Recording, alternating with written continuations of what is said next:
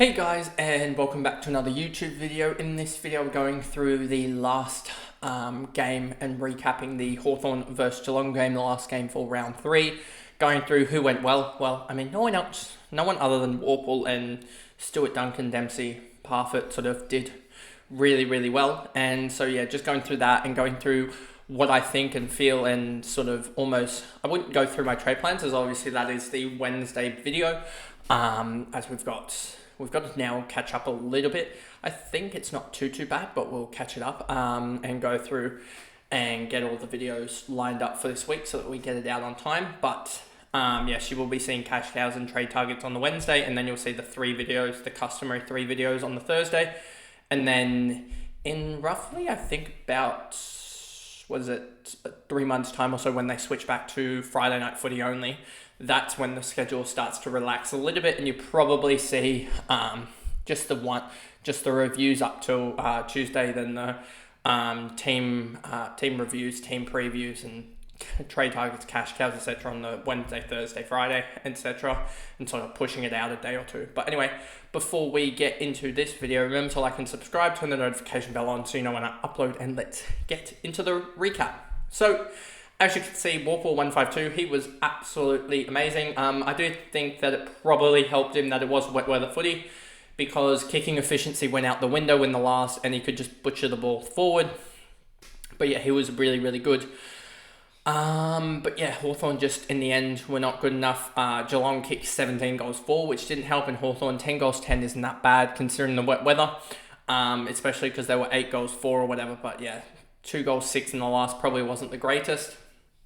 Connor Nash really helped in the centre clearances, and the clearances in general. He was just being a bigger body, really helped out. 104 for him. I don't think with Will Day coming back round 7, there's no point obviously getting Connor Nash in.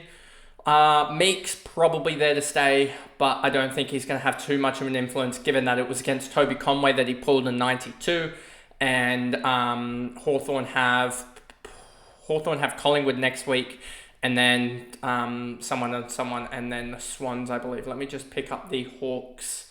I don't have any Hawks here. Let me go to Warple itself. Oh no, I do have Massimo actually. But there you go, match stats. Let's look. They have Collingwood, Gold Coast, North, and the Swans. Collingwood is a tough ruck matchup. Gold Coast could have Wits back by then. North is Sherry, which should be a tough-ish ruck matchup anyway for Meek. And then Grundy should be also a relatively tough matchup.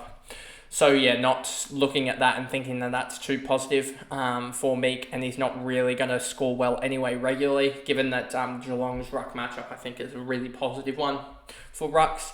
Moore 90, Ward 85, I thought he looked really good. Just needs to get this consistent 4-quarter effort, as he seems like he plays only 2 quarters at the moment. McDonald 81, he looked pretty good again.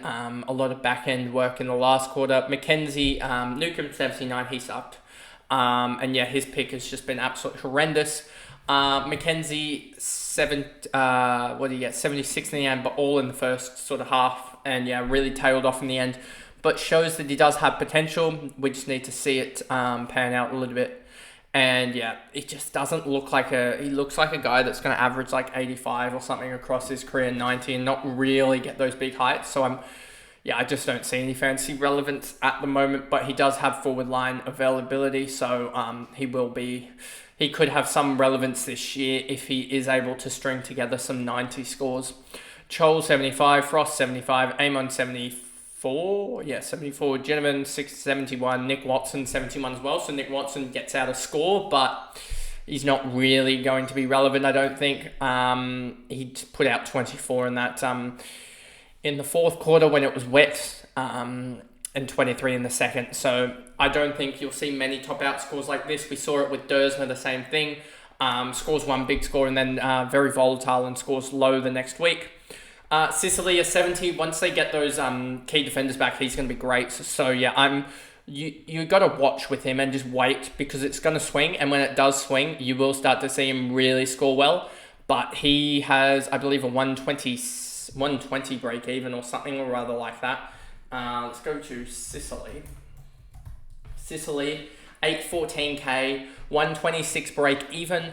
And yeah, so again, just shows that he is going to be roughly dropping, I would suspect, another 30-40k. So we may get him at, especially now match stats, the 30 going to pretty much come out of his system, but also the 116 following that is going to start to clear out of his price change system.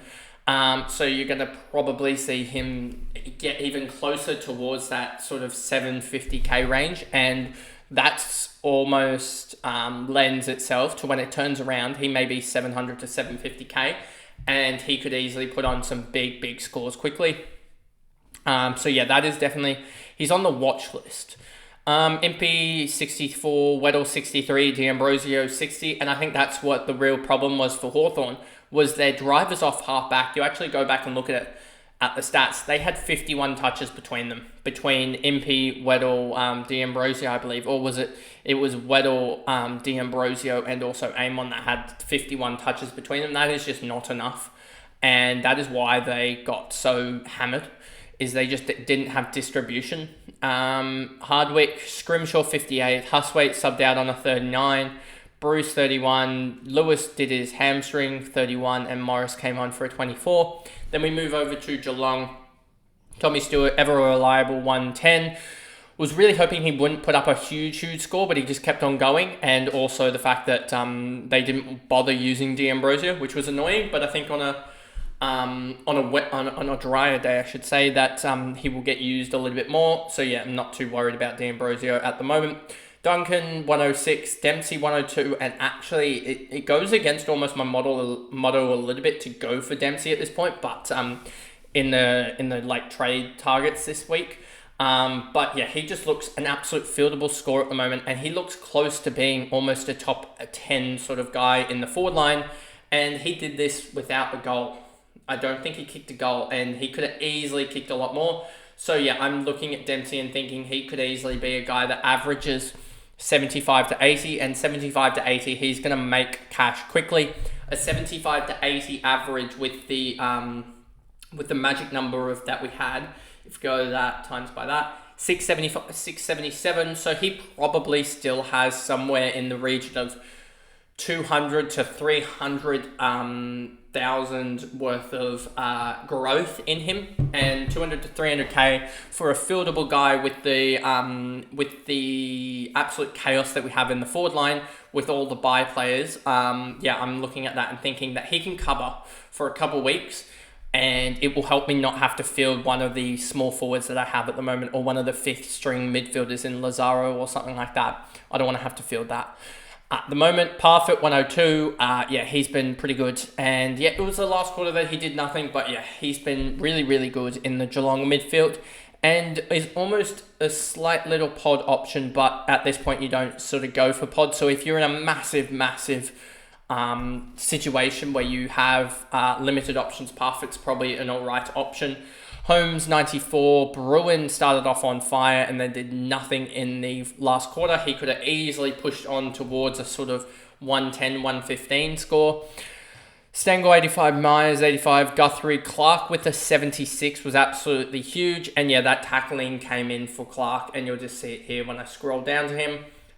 He ended up with 7 tackles, and this is exactly what we want from him. You're going to see that he's not going to necessarily put up these sort of those 25 disposal efforts. Like, look at Sanders compared to Clark.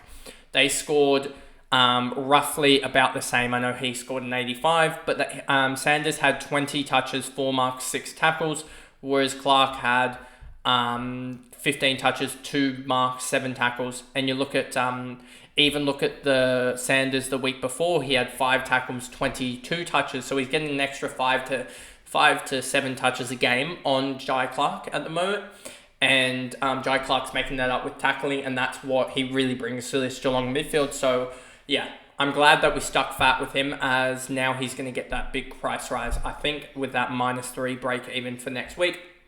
Hawkins, Blickarves, Henry, Conway. There were some thoughts about potentially going Conway R3 in a couple weeks when Grundy had the bye, but again, that's just a lot of cash there, and he is already, I think, 370. Let's go Conway. He's already 338. He's got a 17 break even. So if he goes to 68 again, that's going to be like a 51 point difference, which is a rough 35k price rise. So 375k on the bench. I don't think I can do that. So yeah, and also the point that if he gets to 70, that's roughly around the score that seems to be the ones that are taken out. So it's not really much gain and a lot of selection issues and sort of sideways trading, I reckon, to just bring in a Conway. Close Cameron, Henry, Atkins, Mullen was actually really good. So I wish I'd gone down the Mullen and also Powell slot. That was a slot that I could have gone down and then just gone D'Ambrosio this week. As there isn't really many defenders at the moment that I can really get to. Mullins, Bowers came on and had a really good end. It was all in the fourth that he did it. Then you have De Koning, O'Connor, and Colin Jasny. So that is basically the summary of the Hawthorn versus Geelong game, which Geelong were just too good for Hawthorn on the Easter Monday.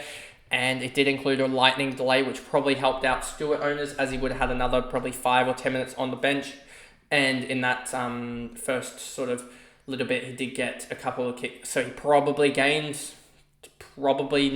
6 to 9 points off just having the lightning delay, which got him up to a 110. But anyway, that is the video, and I'll see you guys for the round review in a little bit. Bye, guys.